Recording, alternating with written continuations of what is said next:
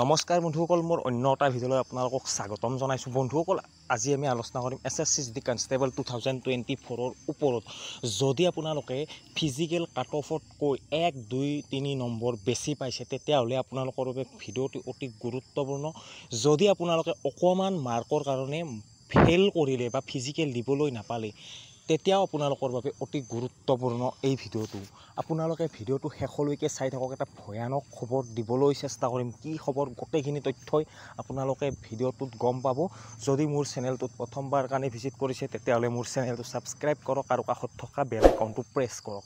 চাওক বন্ধুসকল, আপোনালোকে গমে পাইছে SSC GD ৰিজাল্ট ঘোষণা হৈছে আৰু কাট অফটো কিমান বেছি গৈছে আপোনালোকে গমে পাইছে। বেছি যোৱাৰ প্ৰধান কাৰণটো হৈছে বাহিৰৰ কেণ্ডিডেট।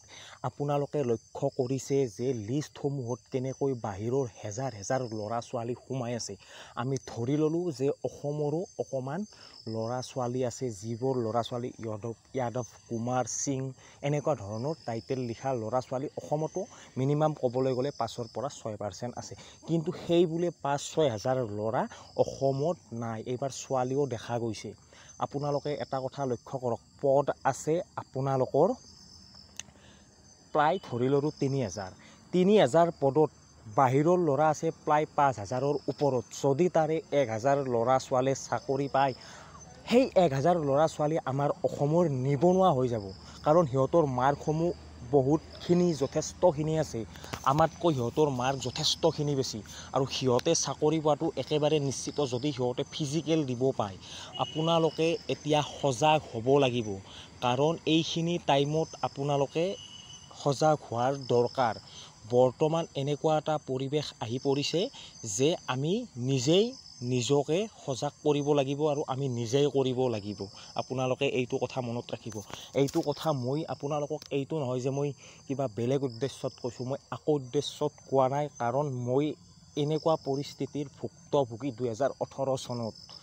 মই 0.5ৰ কাৰণে 2018 চনত SSC GDত মই চাকৰি নাপালোঁ আৰু মোৰ লগৰ ল'ৰাবিলাকে এতিয়াও কয় বোলে ভাই তই চাকৰি নাপালি ইহঁতৰ কাৰণে যে মই য'ত চাকৰি কৰি আছোঁ তাত মই অসমৰ হৈ 2018 চনত 10-20তকৈ অধিক ল'ৰা লাগ পাইছোঁ, বাহিৰৰ কিন্তু অসমৰ হৈ চাকৰি কৰি আছে।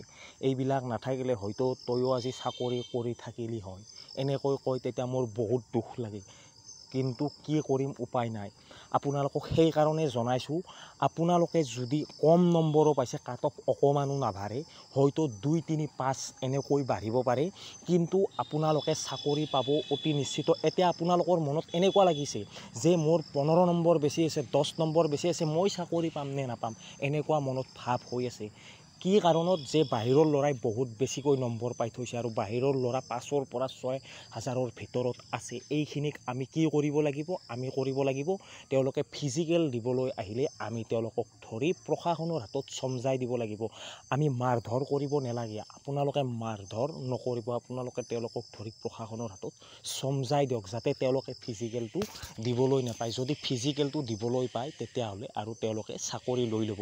বহুতে আপোনালোকে গম পাইছে যে যোৱাবাৰ চাকৰি কৰিব নোৱাৰিলে।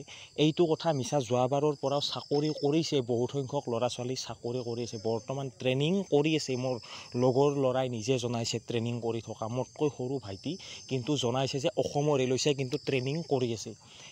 আপোনালোকে নিজে লাগিব নিজৰ কামত, যিহেতু এতিয়ালৈকে কোনো এই ক্ষেত্ৰত পদক্ষেপ বা আপোনালোকক গুৰুত্ব দিয়া দেখা যোৱা নাই। একেবাৰে বেয়া খবৰ, কাৰণ আমাৰ চাকৰিসমূহ তেওঁলোকে কাঢ়ি নি আছে। আমি একত্ৰিত হ'ব লাগিব। যদি আপোনালোকে একত্ৰিত হয়, তলত কমেণ্ট কৰক। আজিৰ ভিডিঅ'টোত এইখিনিয়ে। আজিলৈ আহিছোঁ। জয় হিন্দ, জয় ভাৰত।